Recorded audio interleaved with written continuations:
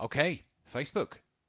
So, as promised, I'm going to go through and do a slightly shorter market commentary than normal. I've got a busy afternoon this afternoon, and we've got week 4 of our January kickstart. So, it's the last week for our guys, and it's the culmination of what they've been doing over the last, essentially the last 3 weeks, and they go into week 4. So, quite a bit happening for me today. But I did want to get this video out, and it's partly because of 2 reasons. One, I haven't put out a market commentary for a little while now, but also partly because we've seen a little bit of a sell-off, and I wanted just to give you my thoughts on where we are. Because if you spend any time watching the news, there's all sorts of drama and hype about what we've seen. But I think it's important. We're just going to start on the weekly charts, and we're going to have a little look at what we can see. So you can see last week's downward candle. You can see here. Not only did we break the trend line here on the S&P, we also had a nice deep close. You can see there right at the bottom of the range. So big downward week last week compared to the Dow. So if you just look at the Dow here, similar thing. Now, what is interesting with both of these markets, the Dow is a little flatter. It's been more consolidatory, you can see, since pretty much March of last year. Yeah, it's creeped some higher highs, but it's not really in a strong trend. S&P has been that little bit stronger.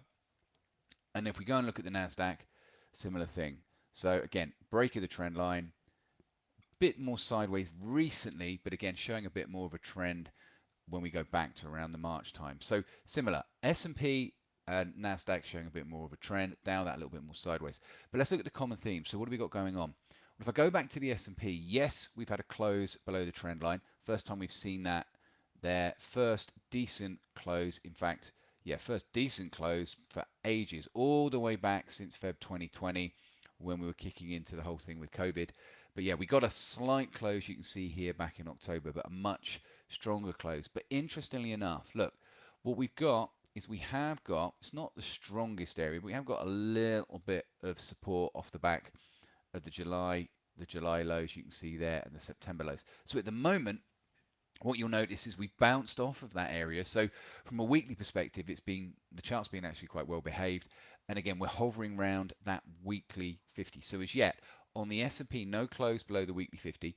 The Dow showing that close below, partly because we've been going sideways longer, you can see that. But if I just pop in, again, another support, you can see from a weekly perspective, all that's happened is prices had a sell-off. And at the moment, we have reacted to those levels. And as you can see, this week, we're pushing back up. So for me, on both of these markets, and essentially on the NASDAQ as well, the NASDAQ has gone that little bit lower. It's really in between a key level. You can see that those lows there or those prior highs just there. So it's a little bit in between. But what I'm watching for now is, yes, we've had these closes on last week's candles. The strongest close below either a trend line, 21 moving average, and as you can see here, 50 moving average. But now I'm looking to see, are we gonna continue that? If we do, then what we've also got is the simple lower low after we got a lower low lower than the last higher low. So what we're seeing is price making its first move. Not quite so much on the S&P and not quite so much on the Dow. So at the moment, what we're seeing is a reaction, but by the end of the week, I'm going to be keen to see where those weekly candles are. If we drop down and we just go and look at these on the daily chart, so I'm just going to go back up to the S&P, you can see we had the reversal candle here on Monday, bit sideways, a little bit of downside there on the S&P, and at the moment we're showing a positive candle. But again, it is only what time now, 3:30. So the US markets have not been open that long. So you're looking at the futures charts here, but it'll be interesting to see where these are. So is price going to fall back? And I'm going to use the S&P here. Is it going to fall back into this area here? So into what we call the pocket. So we've had the trend line break. Is it going to fall back into this pocket area and sit sideways, or are we going to come back and retest these lows? If we retest these lows and get another close below, then I would be looking much more heavily for more downside off the back of that. So if we come back down and this week we get a retest of those lows on the daily, a close you can see here on the S&P below that 50, that would equate, if the Dow was to follow, which it usually does to some degree, that would equate to 2 closes below. And then again, we've got that little bit of resistance, but I would be much more bearish if we were to see more pressure put on this support line here. It doesn't mean I'm going to go short. That's the difference between having an opinion in terms of where the market is going and placing an order. And then if we were to break these lows, then we've got a lovely area of clean air for short side trades should the criteria set up. And that's the same whether you're looking at the S&P or the Dow. If we were to get below that, I would be getting much more bearish. And then if we were to break that, then I'd be looking for trades in this area here, because the next level is a little bit further away. So again, we'll see what happens. We might just sit in here and then we end up in a bit sideways and indecision. Bearing in mind what you're seeing on the news at the moment with everything that's going on in Ukraine, it might be that we bounce back up and then there is that indecision period. So essentially that's where I am with the major US indices. If I now go and have a little look at euro, so I'm going to have a quick look at the currency pairs, and I'm going to go down to the daily on euro, because we've seen this downward trend now, and we've been in this downward trend for a while. We did pop the nose up, you can see there, back in mid-Jan, so we did get a little break of this trend line, but as you can see,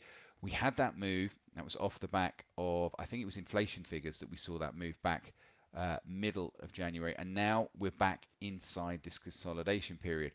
So this high and this low and this little area here, if we can go again, then you get a new high. There's another area of consolidation, but there's a little bit more room. It would have had a second go at getting up. You'd have two higher highs. There could be some trades in there, and obviously if we get below these lows, then there could be some further trades there.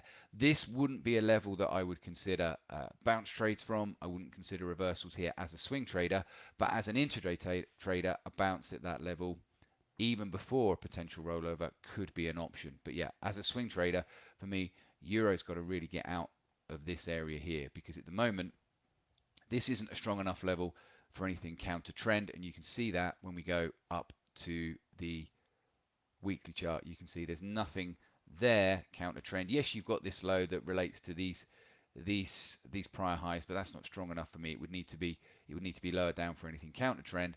So a break of this low and a move further down would be with the trend moves before we went any further. But at the moment, euro not really making up its mind over the short term. I'm going to nip back to the daily and go and have a little look at pound US dollar here. So you see this trend channel that you can see on the daily that pound US dollar has been in. Again, to behave that well, again popped its nose and got above, gave us a new high above the trend line, not above this high. So again, if we went again and we got to what we call the price action momentum point and we broke that level, then I'd be more confident of some further moves up. Yes, I'd be aware of these points along the chart, but they're not strong area of resistance. I'd probably look at that one out of all of them. I'll draw that on, would be there, because you've got these highs and then a more recent hit there.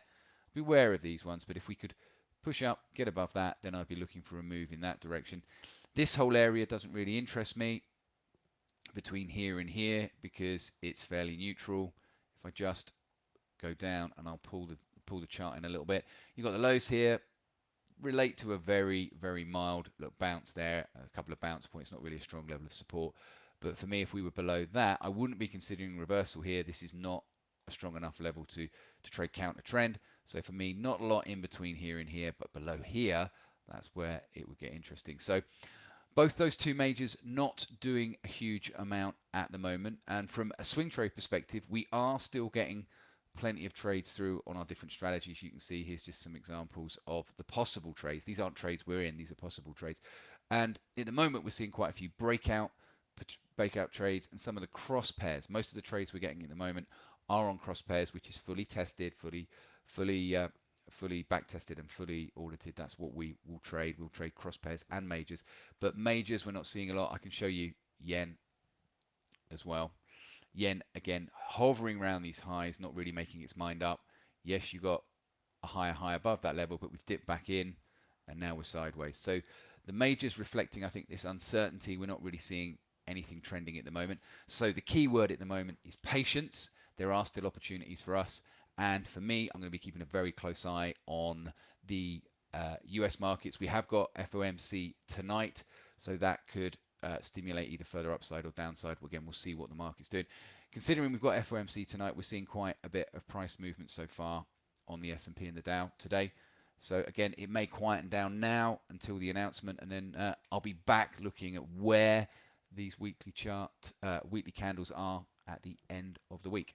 So trade safe, and I will be back in touch again very soon.